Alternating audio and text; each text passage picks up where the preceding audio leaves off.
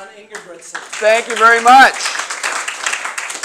Thank you very much, and it's great to be here, and I enjoy working with the nice folks at Summit.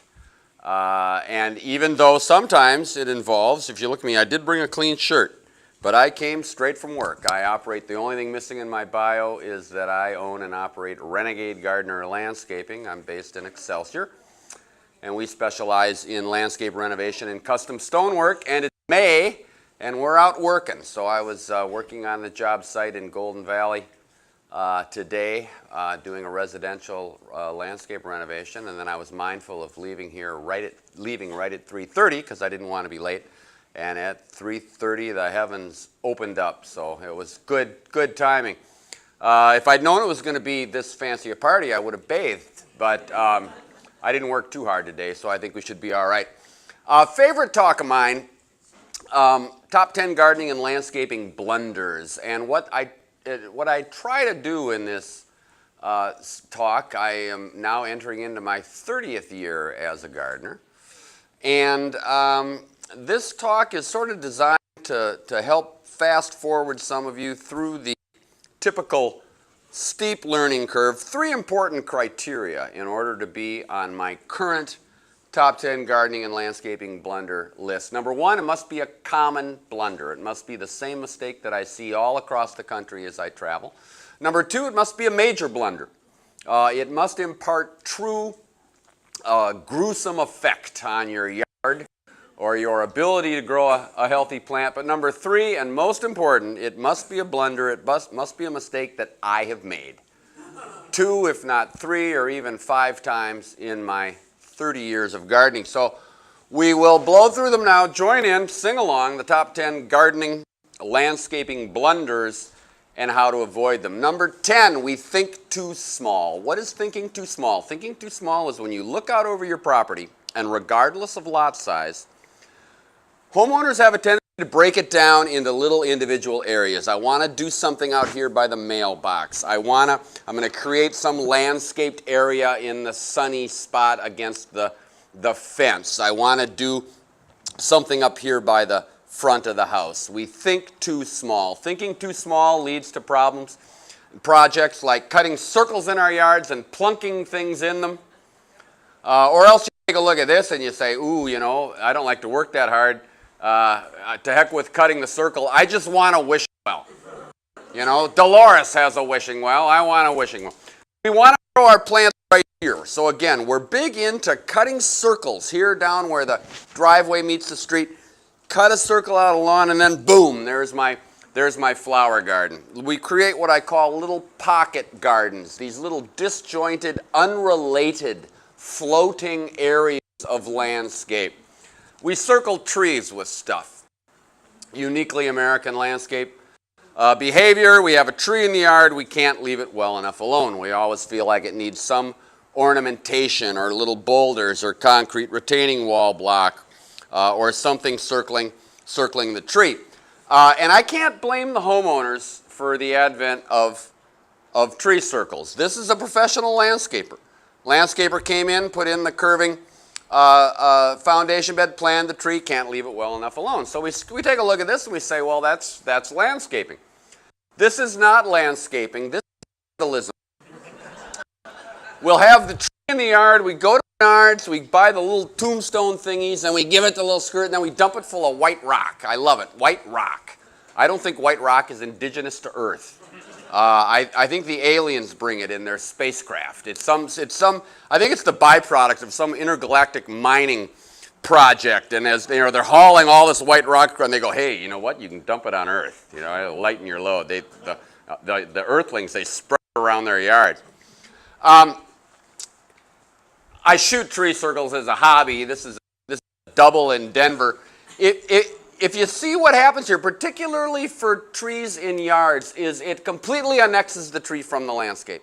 I have no problem with deciduous trees, an evergreen tree, but typically we'd think about a deciduous trunk tree rising up from the lawn as it's multiple trees. As you gaze at that lawn, it flows. Okay, we got trees growing up out of the grass. As soon as we start giving them the little Wilma Rubble necklaces, the little boulders and the thing, completely annexes them from the landscape. Now they're just these individual, unrelated features. Now I don't want to spend too much time on it, and I don't want to give you a hard time or make you think that, you know, we're not hip here in the Midwest because we use tree circles. The hipness has nothing to do with it.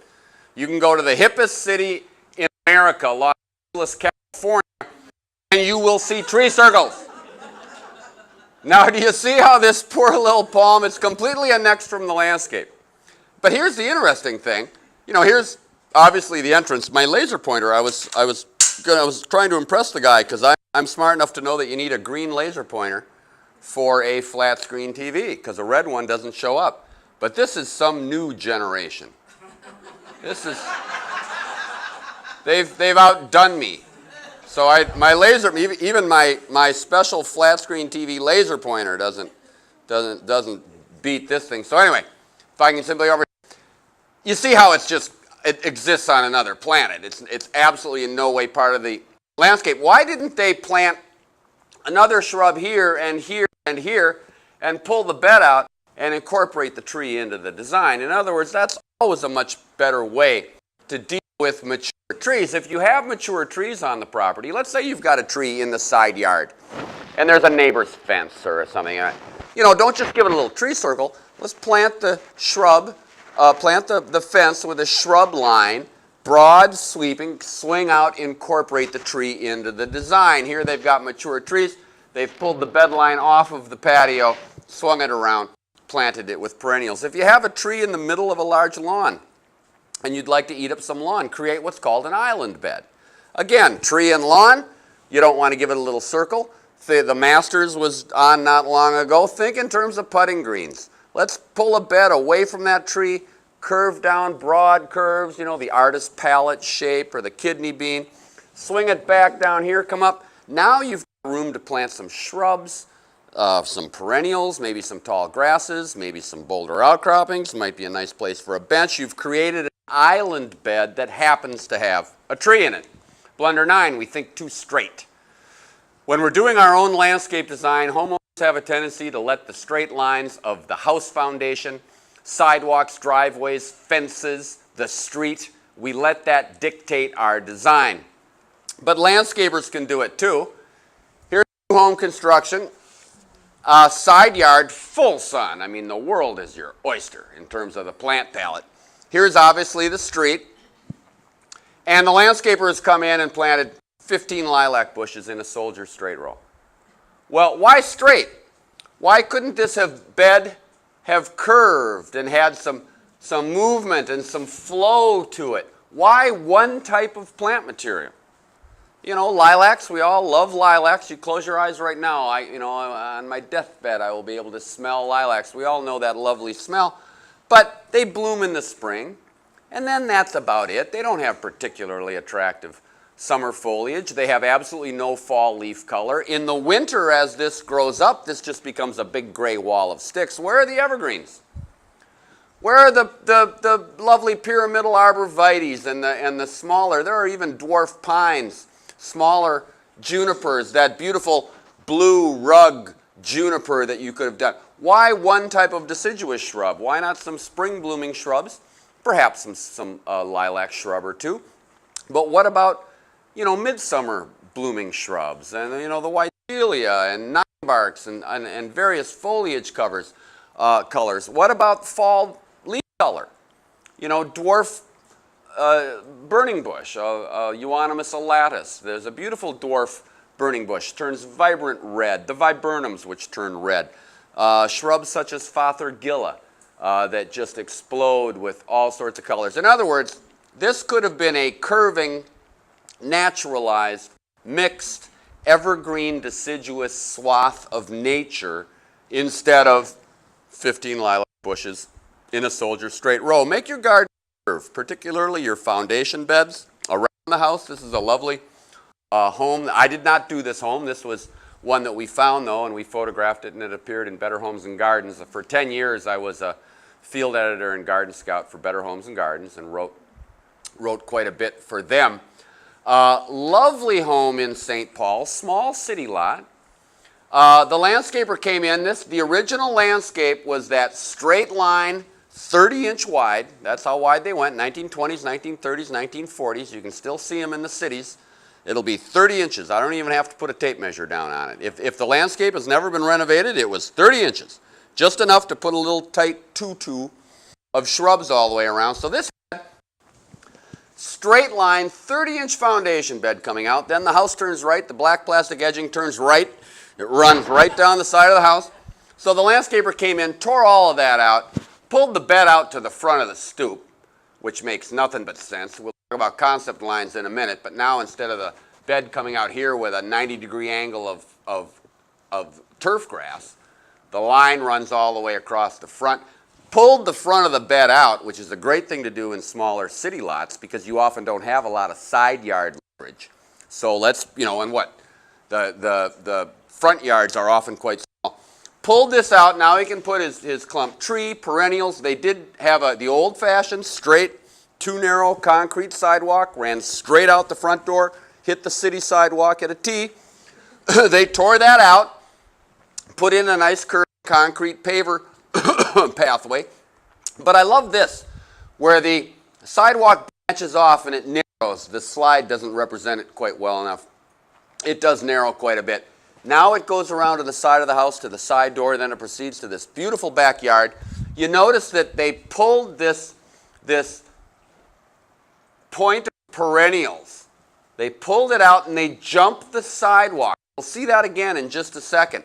This bed is dictated by the sidewalk interruption, so they jump the sidewalk. It balances the overall design, and it also affords you the opportunity, as you branch off to the right to go around the side of the house, you enter into the landscape. Certainly ample use of turf grass, but a very, very nice, charming foundation planting in a small city lot based on broad natural curves. I do a lot of custom stonework in my business. This is an 88-foot long, 5-foot wide New York pattern bluestone entryway we did quite a few years ago in Chanhassen, Minnesota. This was new home construction. And here's how I laid it out. At no point did I draw this on paper. Complete waste of my time, waste of the client's money. I simply stood here at the top of the client's driveway and I gazed up this very gentle grade. That's the front door at the top, secondary entrance, and then I put in a utility path because there's a 3-car garage right here. And there are times when the homeowner's going to want to walk out of the garage and take a right. But I simply stood here and with my eye, I gazed up to the stoop. I'm just trying to find the river. Where's the naturally occurring, simply broadly flowing river that arches down, widens at my feet? And then I laid out this walkway, literally the same way you homeowners can lay out all of your own gardens. If you get inspired and you're going to bounce out your foundation beds, if you want to circle a tree in a lawn and make a nice large island bed, I lay out most of my designs using nothing but 50 and 100-foot lengths of a good 3/4-inch supple rope. And I had 100-foot ropes, and I just brought them down. Or you can use what? Garden hose, rubber garden hose. But it must be rubber. It must be the black or the burnt red rubber hose. You can't use your old cast-off green plastic ones because you can't they won't give you that broad, beautiful sweep. And you think in terms of kidneys, not intestines.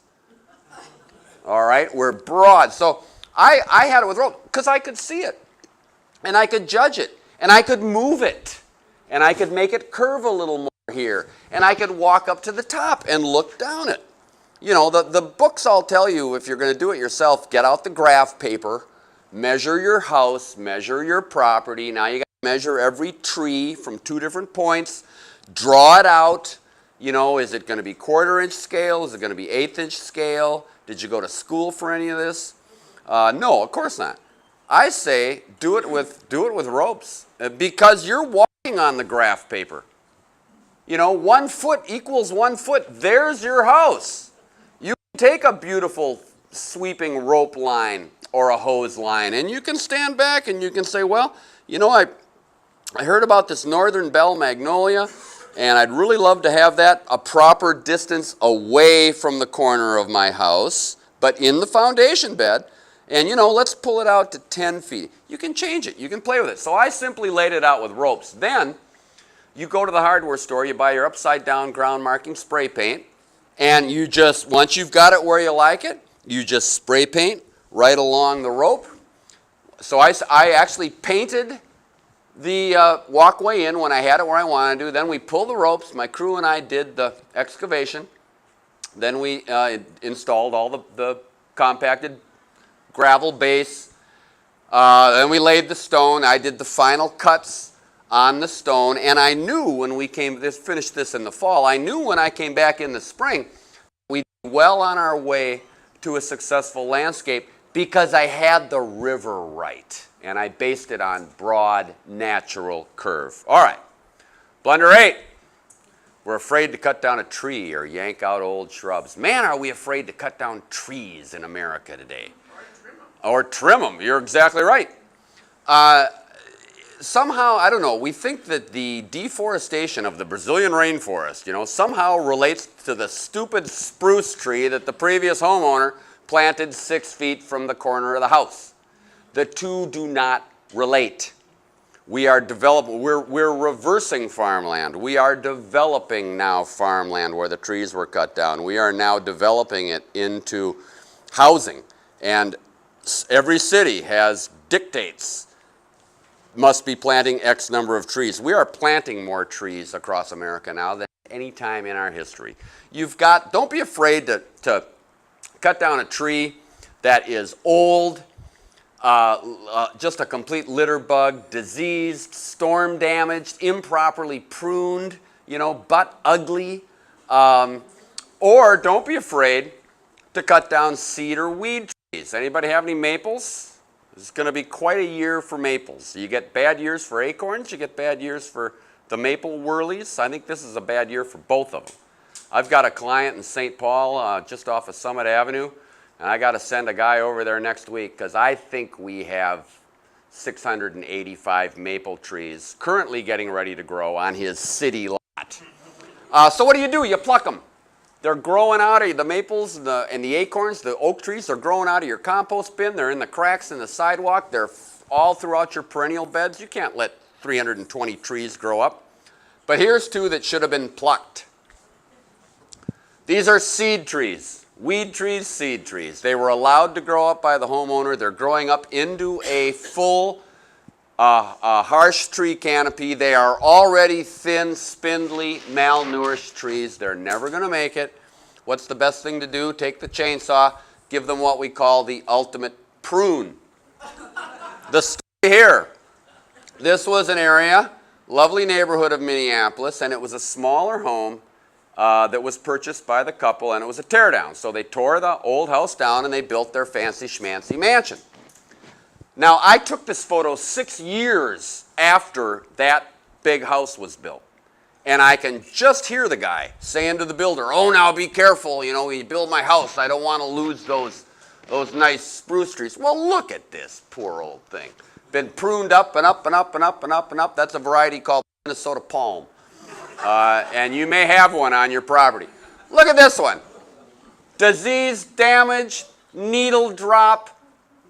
These are sickly, dying trees. Now, here's what will happen. 6 more years will go by. The homeowner will wake up on a Saturday, and these will either be dead or there'll be such a storm liability, he'll go, "Oh, gosh, I guess I better cut those trees down." 6 plus 6, he just lost 12 years of tree growth because he was afraid to cut down a tree. What should he have done? He should have cut those dogs out when he built his house. You can grind the stumps. You can do proper root removal. We could have come in with 6, 8, or 10-foot brand new spruce pine. There are so many unbelievable new varieties. This is the golden age of landscaping in Zone 4, Minnesota. There are hemlocks, there are pines, there are spruce, there are firs, varieties unknown to us 15 years ago. Gorgeous trees, 30, 40, 50-foot evergreens that only get 12 feet wide, 15 feet wide. We could have come in with new spruce, trees that you can plant 8, 10 feet from a house. We could have come in with 8-footers. 12 years later, he's got 18, 20-foot gorgeous evergreens in front of his house. He lost 12 years of tree growth because he was afraid to cut down a tree. Same thing goes with shrubs. Folks, just because the thing came with the joint doesn't mean it deserves a place in your landscape. Deciduous shrubs, they get old. They get woody. They get overgrown. 25, 30 years. That's a nice run for a deciduous shrub. People will live in a house, they will remodel the kitchen twice before it ever occurs to them to go out and rip out and remodel the landscape. The evergreens, the arborvitaes, the junipers, the yews, they get old. You know, learning pruning, and I'll plug my website at the end, but you know, there's a lot of good articles on pruning and learning how to care and shear, but old doggy shrubs, I'll tell you the problem with a lot of these blooming shrubs and the spirea and the lilacs and stuff, they're 40 years old. They're 35 years old. They were planted in full sun. What happened? Your tree canopy grew up. They're growing in shade now. They're not going to bloom. They're just going to slowly lose more and more vitality. You know, you can give them all the hard coppicing you want to try to create a new shrub, but they are not going to make it. Tear these things out. Blunder 7, we devote too much space to lawn in America, and we never used to. The 20s, the 30s, the 40s, if you look at American, you know, societal evolution, a majority of us lived in the city. You know, that's where those were all, and they remain to be population centers. And we had small city lots, and we devoted no more than 40%, maybe 50% of that property was devoted to turf grass. What happened? The 1950s, the great suburbanization of America. We fled the cities. We created the suburbs. And all of a sudden you could be a landowner. You know, you could buy a quarter acre, half an acre, 1 acre, even 2 acres of land. So now that we were gentry, we got sold on this idea that you circle your house on all 4 sides with turf grass, which had never happened in the history of the world before. The English did not have vast rolling lawns. If you look back at Victorian eras in the 1800s and the great manors, grass was used as pathways. It was used as the mat of the painting. You couldn't afford the upkeep on a lawn. They did not surround their estates with mass lawns, but we decided to do that in America. It gets to the point now, typical suburban lot, let's say it's half an acre. The house is plunked down in the middle, 1960s or 1970s. The landscaper comes in, gives it, you know, maybe a 3-foot wide straight line foundation bed. If you grow grass on all 4 sides of your house, you're always going to have that shady side yard, or maybe it's the shady backyard where you can't get the grass to grow, but we try. Now maybe the lot has got something. You got a beautiful big a red pine in the back corner, lovely old tree that you want to take care of. Maybe there's a beautiful oak or a giant red maple in the back corner. You know, you might want to never cut it down. You might want to throw $800 at it, get it pruned up and cleaned up every 15 years. Maybe there's another oak. Maybe you've planted an ornamental tree or a crab apple. But we love the house, we love the neighborhood, we love the school district, and so we start gardening. So again, here we're all the way back to blunder number 10. You know, cut a circle in the air, boom, fill it up with, you know, zinnias or something equally dreadful. Now we're gonna start expanding into perennials. I eyeball that little sunny spot against the neighbor's fence, and then boom, there's my perennial garden. We board it up on top of the potter's clay that we wind up having. We plant a few shrubs. We circle the little light pole, that little black light pole you have out in front. You know, it's that gas light. It looks like it's gas. It's actually electric. You turn it on and off at the front door. I circled my first black pole with Red Hot Sally salvia. It's a nice little pole circle, thus annexing it from the landscape. The child arrives, the kids come, swing set, PlayStation, it goes in the backyard. Is that where your swing set is, in the backyard? Yeah. That's a good place for it. That's functional. We want to think safety, security, but it rises right up out of the lawn, along with the bench, or the bird bath, or the wishing well, so that now when we're out mowing the lawn, we have to come back with the weed whacker or the hand trimmer and trim around all these disparate objects rising up out of the turf grass. So we look at ourselves after 15, 20 years and we say, you know, why ain't it happening? What's the blunder here? Well, the blunder is too high a percentage of turf grass. Now this is 2/3 lawn. I love a client that'll have me eat it all up, and we have a project going on in Summit, near Summit right now, Lincoln Avenue in St. Paul, where the couple, they said, we don't want any lawn at all. So we're landscaping the front yard and backyard, you know, sans lawn, which is nice. But here, the difference here, if I put them side by side, the difference here is we've established the concept lines.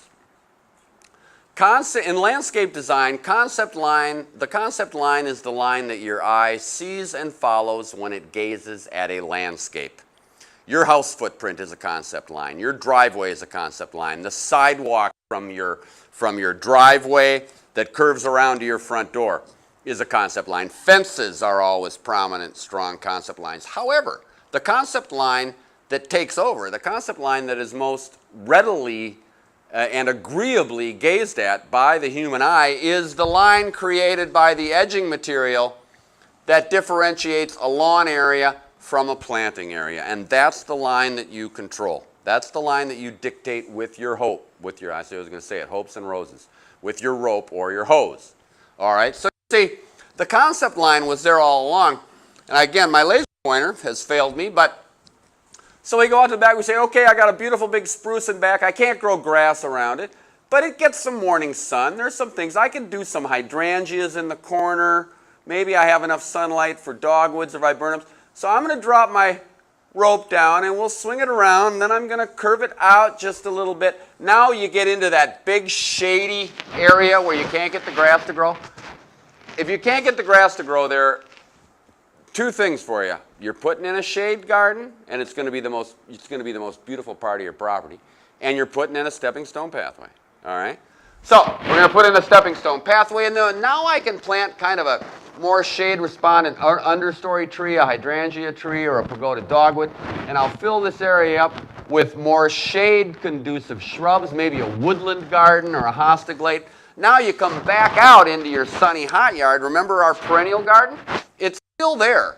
It's just that it's the continuation of the concept line that allows a landscape to segue and to flow through from a shady area and transition into a sun area. Over here, you wanted a little garden as you enter on the street. Well, don't just cut a circle. Let's drop your hose down on the property line, swing it out, or let's go all the way up to the crabapple. It turned out you planted that in a cool spot. Let's just invite it into the party and swing it down. These aren't huge beds. That could be 3 feet wide, bouncing out to 42, 44 inches, coming back to 3, maybe a nice little boxwood hedge, colorful flower garden. Bounce your foundation beds out. That's typically the first thing we do in a landscape renovation. If it's a 70s, 80s, even a 90s landscape sometimes, they're just not big enough. You notice how here's a nice little place for the arbor. You walk underneath. You notice how I like to kick them out. It depends on the height of the house. I'll start the thing at 6 feet if it's a beautiful big 2-story home. I need 6 feet off as the minimum off the side of that house so that I can start getting small trees and shrubs in there of the proper scale. So I like to kick it out. Now you kick it in. Now you notice how it's wider off the rear corners. Useful for something. Both of these, yeah, I have a laser pointer. They're wider off the back corner. That allows me to plant taller, broader material, allows you to plant broader material off of the rear corners of the house at the proper distance, so that as you look at the house from the street, the landscaping has a tendency to flow up and around the home. Remember our swing set? It's still there, but swing sets, dog kennels, compost bins, gazebos, fountains, bird baths, benches, these all would serve you so much better if they are pushed from the lawn area up into the concept line.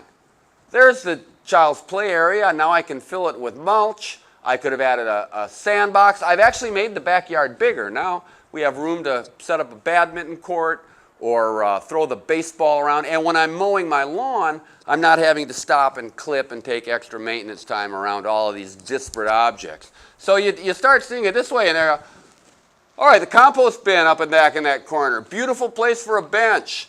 The bird bath. Maybe my bench goes there. Artwork, sculpture, these things. You will always see the little areas from the big area. And it's not going to be in the middle of your lawn. Blunder 6.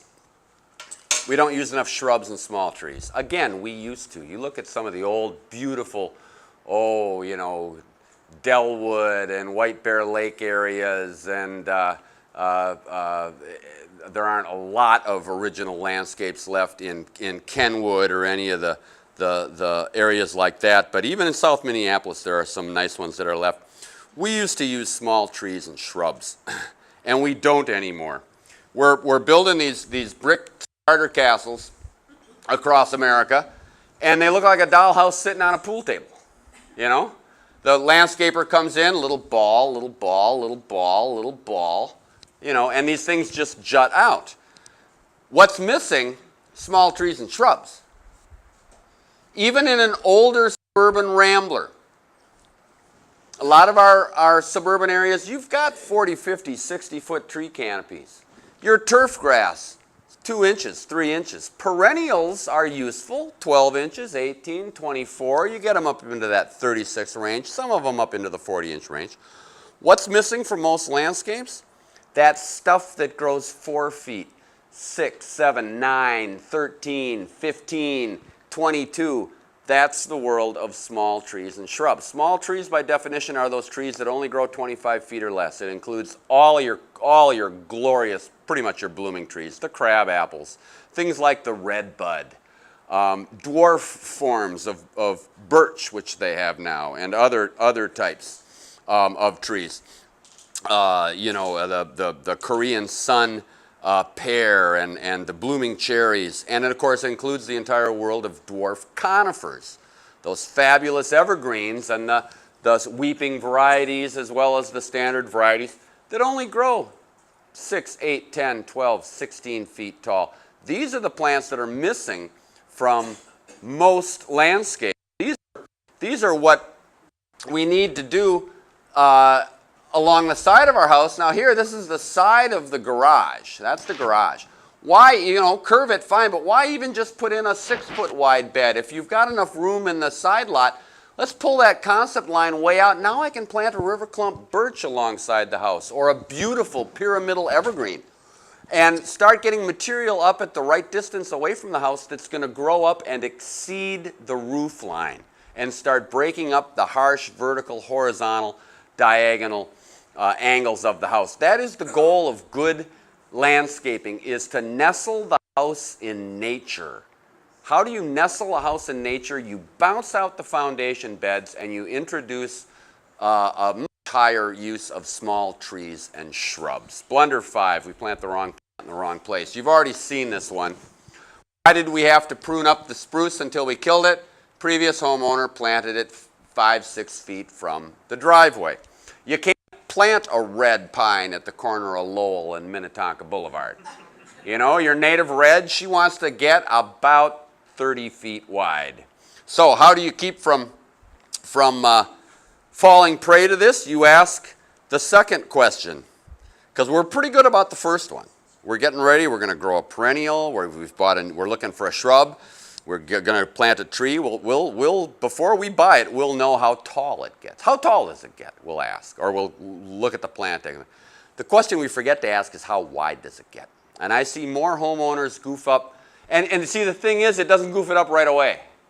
10, 15 years from now, you want to plant particularly evergreens, evergreen shrubs and evergreen trees. You want to plant with mature width. How wide does it get in 5 years? How wide does it get in 10 years?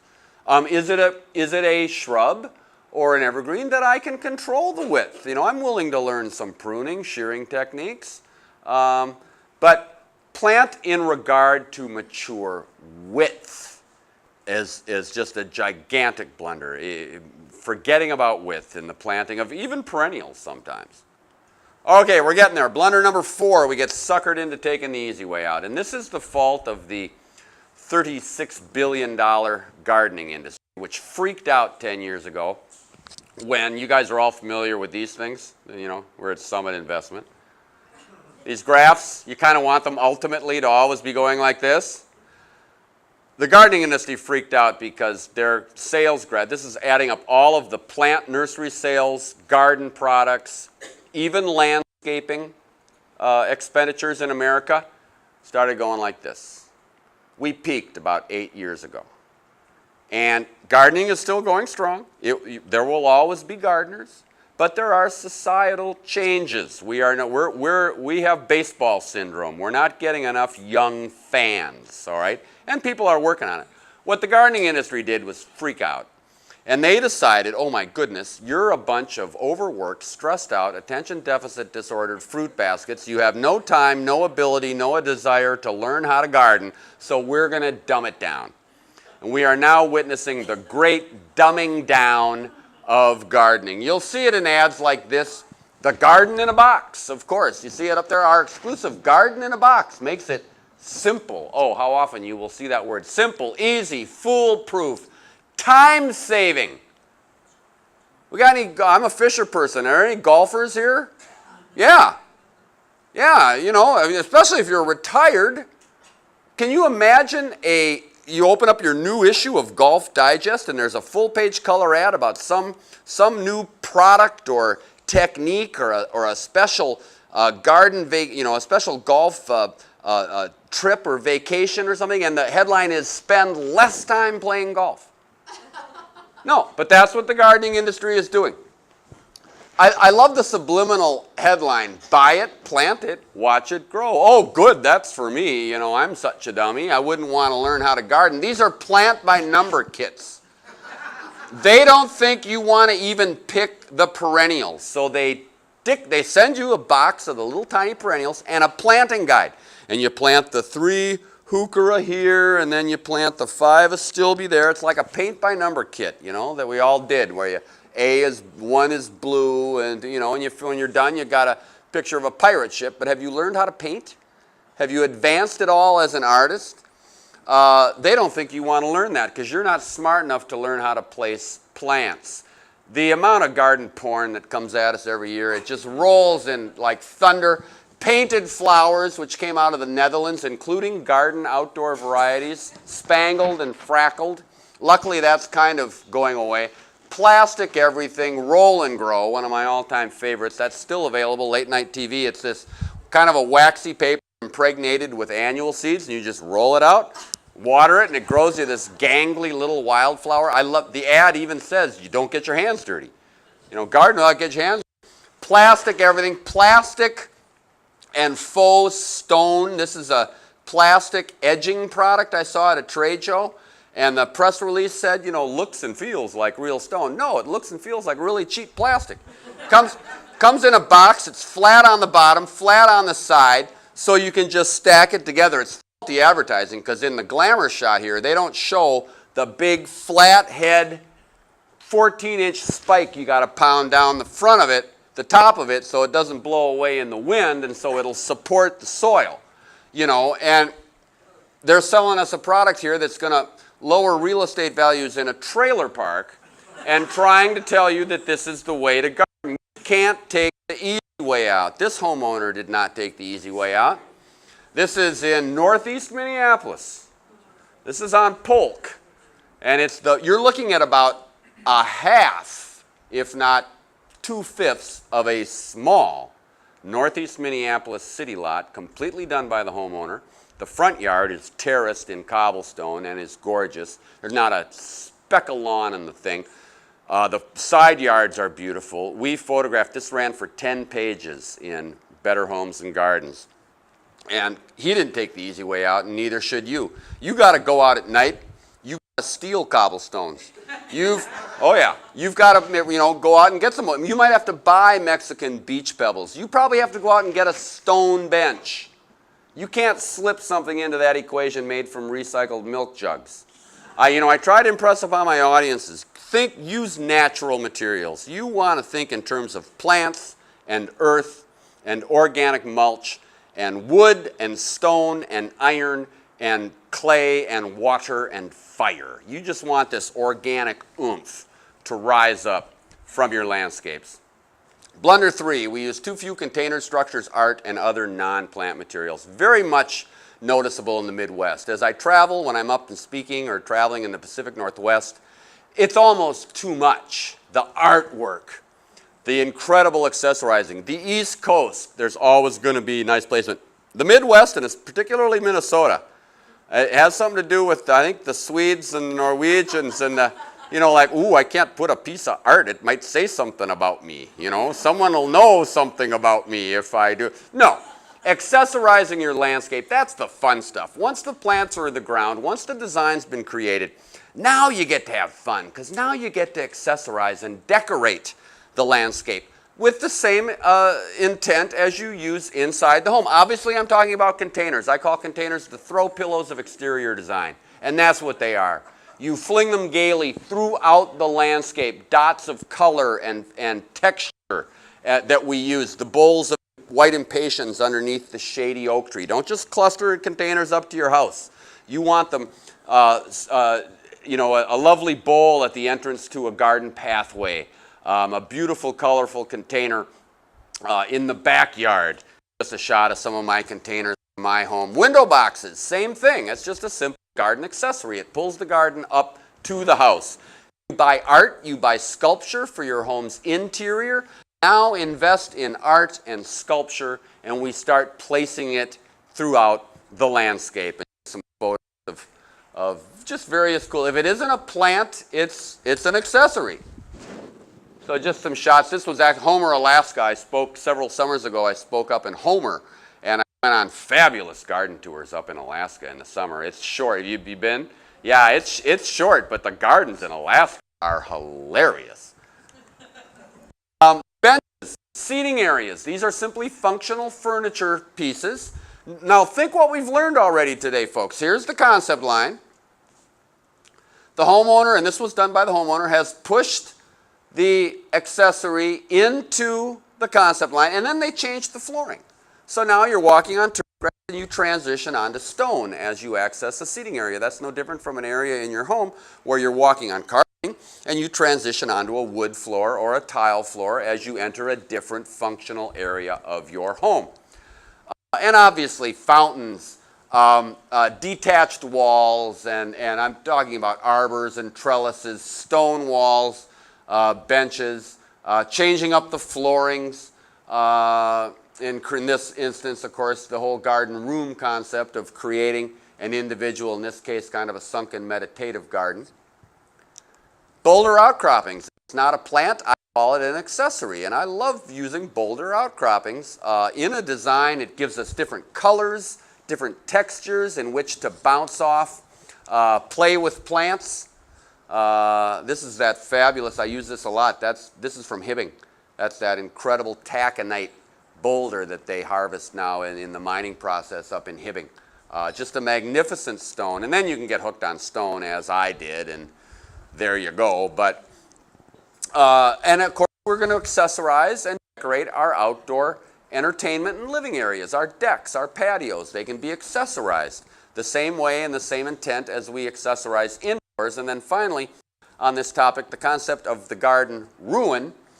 I was on garden tours in the Pacific Northwest, and a beautiful, beautiful private property where they had, the backyard was wooded and there was a natural slough there. They were blessed with a beautiful little green pond, and there was a trail around it. And years before, they had taken this terracotta urn and kind of abandoned it. They had just smooshed it down into the shoreline. So now you're walking this little woodland path around the pond, and as you turned the corner, that was the view that was presented to you. A very effective garden ruin, which is a simple form of garden accessory. All right, we're almost there. This one's very quick, but it's so important I make it number 2. We don't test, correct, and amend our soils. I remember so well at the University of Minnesota, my professor, we were getting ready to launch into the study of soil, soilology as we called it, and he said 85% of the problems that homeowners have with getting stuff to grow relates to their soil. 85% of if you're having problems with stuff, it's your soil. Unless you're blatantly planting a screaming full sun plant in desolate shade, I'll guarantee you. And let me put it to you this way, because you folks a lot of you have gardened for many years and you're experienced.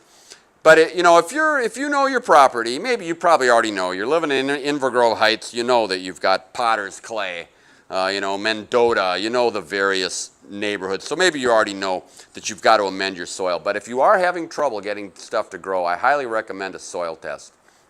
And don't take the easy way out. Don't go to the nursery and get the little do-it-yourself pH kit.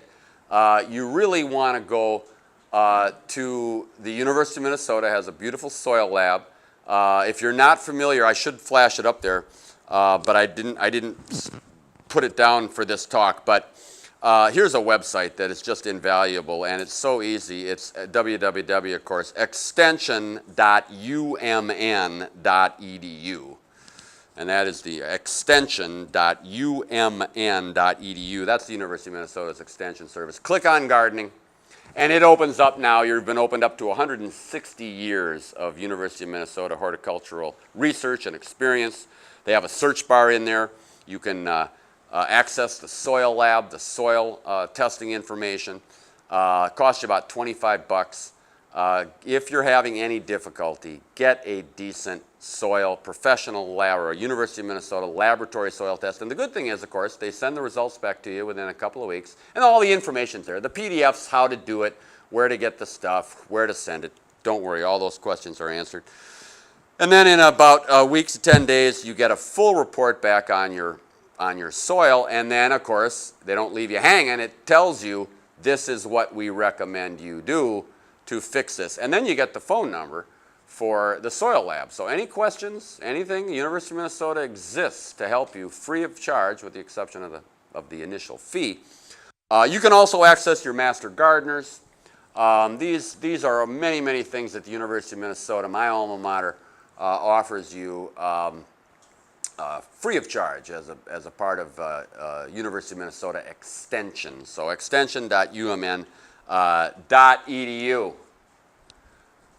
Brings us all the way to number one. It surprises people. But this is her. What's the biggest mistake we make as gardeners? We design and plant garden beds based on flower color combinations. Now people look at that and they say, well, wait a minute. How can that be a mistake? How else do you do it? There's books written on the subject of different bloom color combinations. And yes, there are. And there are those useless color wheels that are in the back of every beginning book. And the Star Tribune or whatever your favorite, the Pioneer Press, or in the spring, they're always going to have, they'll have one article on dazzling new bloom color combinations. It's wrong. It's all completely wrong. The nursery industry sells you color. They sell you flowers. So I'm interviewing this woman quite a few years ago now for an article in Better Homes and Gardens. She had single-handedly, this is a home on over in St. Paul, kind of in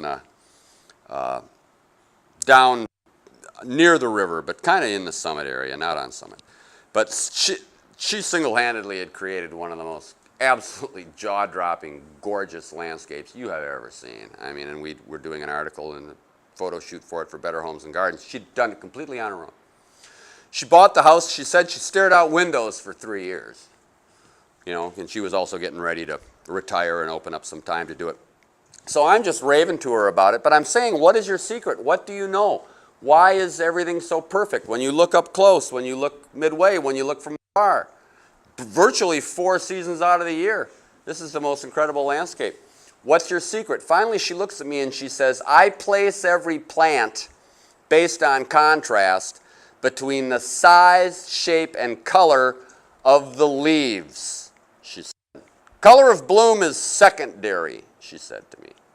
Color of bloom is secondary. And she had hit it right on the head. If you love perennials, perennials have leaves. Leaves have size, shape, color, texture. It is learning to purchase and place plants so that you create tapestries of foliage color and diversity that you will automatically elevate all manners of your landscapes, even your perennial gardens. It's all about foliage contrast and creating pictures and snippets. And get out to the shrub nurseries this spring. Take a look at the kaleidoscope of colors from light green, middle green, dark green, the soft yellows, the golds, blue leaves, pink, reddish-leaved plants, variegated leaves. That's a scouting shot. That's actually Pacific Northwest. That one's a close-up of my garden. Perennial shrub tree. Alchemilla mollis, lady's mantle. One of my favorite evergreen shrubs in the world, Euonymus Cannondale gold. That's the shrub. Dwarf blue spruce. Boom, boom, boom. It is learning to place plants based on foliage. So this was a client's garden. I had just finished. This is in Bryn Mawr. And I did the stonework. They had a hill, so we terraced it with stone walls. And it was dappled sunlight in the morning with a bit of direct sun midday. And I'm sitting there, brand new garden bed, and I'm planting it. And people are walking by with their baby. It's Bryn Mawr, if you know the area, strollers and biking. They're going, oh, isn't that pretty? Oh, isn't that lovely? Well, nothing's in bloom. They're just responding to my use and mimicry of form, popping my yellows, popping my silvers, dotting my purples. I said, well, thank you very much. It should be lovely when it blooms, too. So if it works for perennials, does it work for small trees and shrubs? Of course it works for small trees and shrubs. This is actually a Zone 7 shot. This is the University of British Columbia Botanical Garden, but it's just you can create this a million different ways in Minnesota. Rhododendron, you can see, now it's a big one because it's West Coast British Columbia, but that dirty, kind of a leathery, heavy leaf. What did they plant next to it? Just the sprightliest little light green feather duster foliage because they wanted to create that strong foliage contrast. It's all about foliage contrast. Bloom is overrated. You can have a bloom palette. You want to have shrubs or perennials. I want stuff that blooms in white and pink and blue and gold. That's fine. But don't go out and buy white, pink, blue flowers. You want to get the coolest perennials with light green, middle green, dark green, the purple foliage perennials, the reddish foliages, the blue, the silvers, the golds, the variegated, that happen to bloom in those colors. Because when the bloom is gone, how long do perennials bloom? And when perennials bloom, hallelujah. But that's just icing on the cake. How long do they bloom? 3 weeks? The length of perennials that blooms longer than 3 weeks is about that long.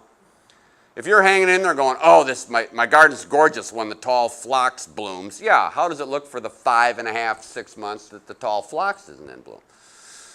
You start to create gardens based on foliage and form, contrast in plant form.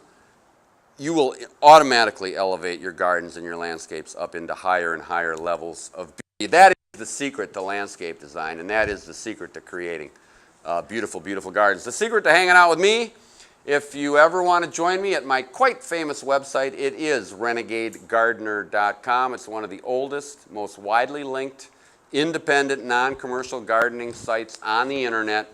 I've got a fairly regular readership and people chirping in, emailing from about 12 countries. And it's renegadegardener.com. I update it on or around the first of each month with all new articles. There's a bunch of clicks. There's fun stuff. You click on the Don't Do That button or click on the Myth of the Week is another good one. If you click on the Design button, which is a prominent button on the left side, go to renegadegardener.com, click on Design. Well, every button opens up article after article after article, most of them with photos that I've written over the years. But if you scroll down alphabetically, you'll come to one called Top 10 Gardening and Landscaping Blunders, which is going to recap what we discussed here today. But I would just, again, I want to thank the nice folks at Summit for inviting me to be here, and I want to thank you for giving me your rapt attention. I hope you enjoy the rest of your day. Thank you.